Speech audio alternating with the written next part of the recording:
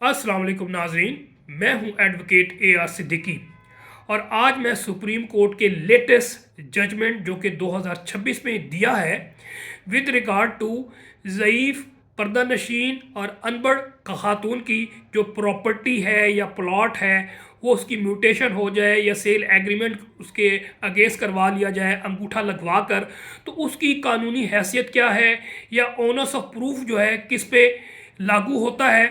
इसकी डिटेल में मैं आगे आपको फर्दर एलबरेट करता हूं, तो आप में मेरे साथ जुड़े रहें। इस जजमेंट में सुप्रीम कोर्ट ने चंद क्वेश्चन किए जो कि पॉइंट ऑफ लॉ है, उसे समझने की कोशिश करें, क्योंकि हर शख्स या most of the people in Pakistan वो प्रॉपर्टी होल्डर कहीं ना कहीं होते हैं। तो अपने जायदाद के तहफ़्फ़ुज़ के लिए आपको ये वीलाग इम्पॉर्टेंट है, इसको समझने की कोशिश कीजिएगा।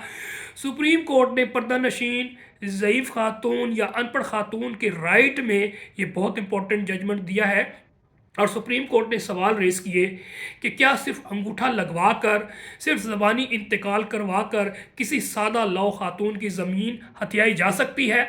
सुप्रीम कोर्ट ऑफ पाकिस्तान ने वाज़े तौर पे दो टोक इस बात का जवाब दिया और केस का पस मंज़र ये है कि इस केस में एक अनपढ़ और ज़ईफ़ खातून शामिल होती हैं और इनके जो शोहर हैं वो वफ़ात पा जाते हैं। पीछे जो तरके में है प्लॉट और कुछ ज़मीन जायदाद छोड़ जाते हैं। अब क्या करते हैं, जो दो बंदे हैं वो इनके अंगूठा लगवा लेते हैं, ये कहते हुए जो आपकी ज़मीन है हम काश्तकारी के लिए लेना चाह रहे हैं किराए पे पट्टे पे, तो आप जो है ना ये इस किराएनामे पे अंगूठा लगवा दें। अब खातून ने, क्योंकि वो अनपढ़ खातून थी और ज़ईफ़ खातून थी, उन्होंने यही समझ के ट्रस्ट करके अंगूठा लगा दिया और बाद में क्या किया, उसी जो इनको अंगूठा लगवाया था इसी ज़बानी ओरल म्यूटेशन के ज़रिए अपने नाम पे ट्रांसफ़र करवा लिया। ज़मीन मुंतकिल जब करवा ली गई और अफसोसनाक बात यह है कि ट्रायल कोर्ट ने में जब खातून गई, उन्होंने suit for cancellation of document और ट्रांसफ़र डीड म्यूटेशन किया, तो ट्रायल कोर्ट ने फैसला खातून के ख़िलाफ़ दे दिया।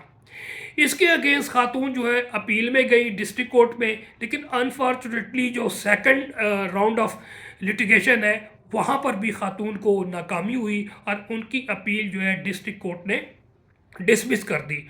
अब खातून ने हिम्मत नहीं हारी, बल्कि हाई कोर्ट में उन्होंने दरवाज़ा खटखटाया इंसाफ का थ्रू सिविल रिवीजन। मुख्तसर यह है कि हाई कोर्ट ने उनके हक में फ़ैसला किया और जो नीचे दो इम्प्यून जजमेंट्स थी डिस्ट्रिक्ट कोर्ट की या सिविल कोर्ट की, वो सेट असाइड करके हाई कोर्ट ने ये कहा कि बिल्कुल इलीगैलिटीज़ कमिट की गई, कुछ प्रिंसिपल का जिक्र किया गया और फिर खातून की सिविल रिवीजन वो एक्सेप्ट कर ली। अब इसके अगेंस्ट जो है एग्रीव्ड जो सो कॉल्ड थे, उन्होंने CPLA सुप्रीम कोर्ट में फ़ाइल किया civil petition for leave to appeal. Admit हुई और फिर उस पर आर्गूमेंट्स हुए और सुप्रीम कोर्ट ने उनकी जो CPLA है, दो अफराद की जिनके पास म्यूटेशन करवा ली गई थी सो कॉल्ड उन्होंने खातून से, वो उनकी सेट असाइड कर दी। अब इनके जो प्रिंसिपल है वो बहुत इंपॉर्टेंट है, जिसको आपने समझना है और जहन नशीन करना है। सुप्रीम कोर्ट ने 5 सुनहरी उसूल, खातून अगर हो पर्दा नशीन, ज़ईफ़ या इलिटरेट खातून हो, तो 5 प्रिंसिपल ले डाउन किए हैं जो बहुत इंपॉर्टेंट है, जो हम सबको समझने के लिए और स्पेशली लॉ नोइंग के लिए ज़रूरी है।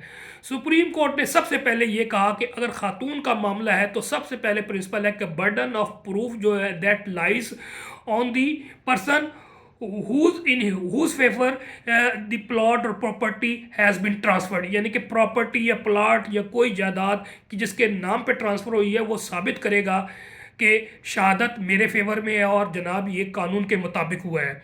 जब मामला किसी पर्दा नशीन या अनपढ़ या ज़ईफ़ औरत के बारे में हो तो साबित करना ख़रीदार या फ़ायदा उठाने वाले की जिम्मेदारी है कि सौदा आज़ाद मर्जी और मुकम्मल समझ बूझ से हुआ है।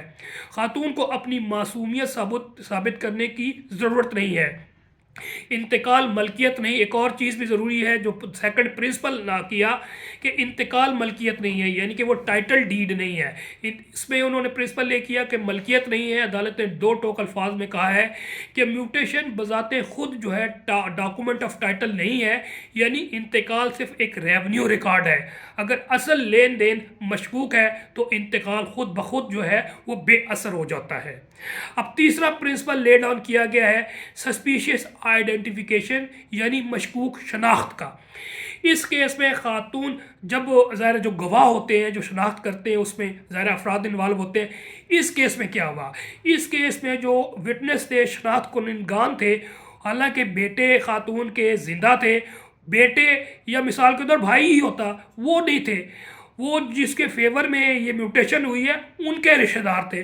तो इसको सुप्रीम कोर्ट ने मशकूक करार दिया कि इन द प्रेजेंस या in the existence of the sons और क्लोज किथन के एक जो विटनेसेस लेकर आए हैं जो जिन्होंने आइडेंटिफाई कर रहे हैं वो तो इंटरेस्टेड पार्टी के रिश्तेदार हैं, तो इसको मशकूक करार दे दिया।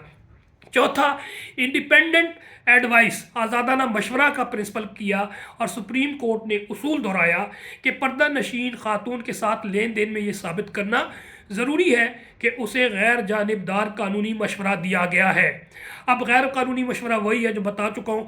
मिसाल के तौर पे वो बताया जाए कि जनाब हम आपकी ज़मीन ख़रीद रहे हैं, सौदा हो रहा है, ये रकम मतलब हर चीज़ क्लियर बतानी पड़ेगी।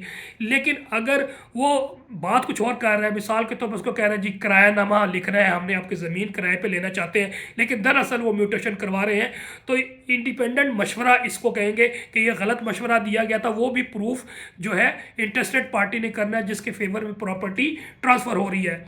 फिर पांचवा जो प्रिंसिपल है उसको दिया गया ज़बानी सौदे ओरल ट्रांजैक्शन की क्या हैसियत है ऐसी सिचुएशन में।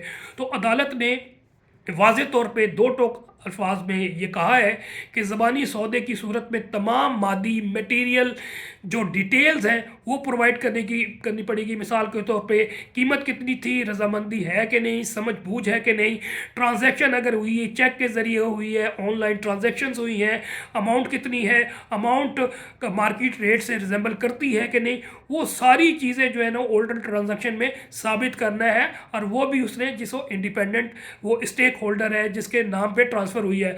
और अदालत ने इस चीज़ को सब वाज़े तौर पे कह दिया है कि अगर इन तमाम चीज़ की वायलेशन हुई है तो फिर ऐसा सौदा कालादम तस्वर होगा, बेअसर होगा, फ्रॉड तस्वर होगा। सुप्रीम कोर्ट का ये हतमी पैगाम है और सुप्रीम कोर्ट ने यही कहा कि हाई कोर्ट के फैसले में मुदाखलत ना करते हुए ये पैगाम दिया कि ज़ईफ़ सादा लौ और अनपढ़ ख़वातीन के हकूक़ पर शब खून मारने की इजाज़त नहीं दी जाएगी।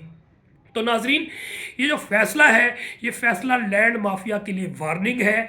फैमिली के वो अफराद जो एतमाद साजी के ज़रिए धोखे से अपने करीबी रिश्तेदार खातून से फ़राड के मुर्तकिब होते हैं उनके लिए मैं समझता हूँ ये विसल ब्लोर है कि वो बाज आ जाए। ख़वातीन के तहफ़्फ़ुज़ की ये जजमेंट है, वो ज़मानत है और वकला के लिए मैं समझता हूँ ये स्ट्रॉन्ग प्रेसिडेंट है। इस हवाले से मैं अपने वकला दोस्तों को चंद जजमेंट भी बताना चाहता हूँ। इसी लाइन में आप मज़ीद इसको पढ़ेंगे तो आप ज़्यादा समझ जाएंगे।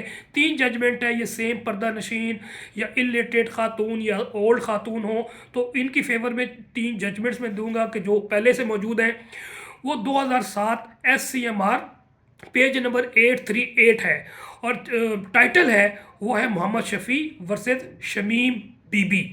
इसके अलावा 2010 MLD page number 978 Lahore high court की ये जजमेंट है अब्दुल रहमान वर्सेस ज़ैनब बीबी।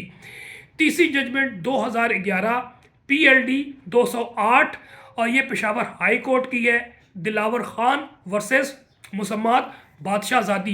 ये 3 जजमेंट भी आप जहन रखिएगा, आपको इंशाल्लाह ये हेल्पफुल होगी with regard to protection of your property when the issue is about पर्दा नशी ओल्ड या इलिटरेट लेडी।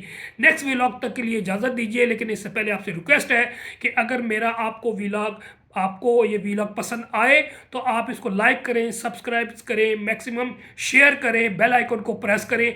अगर कोई कन्फ्यूजन हो, कोई सवाल करना हो तो आप यूट्यूब में मेरे कमेंट्स बॉक्स में भी सवाल पूछ सकते हैं, मेरे व्हाट्सएप पे भी आप मैसेज कर सकते हैं, मुझे कॉल भी कर सकते हैं।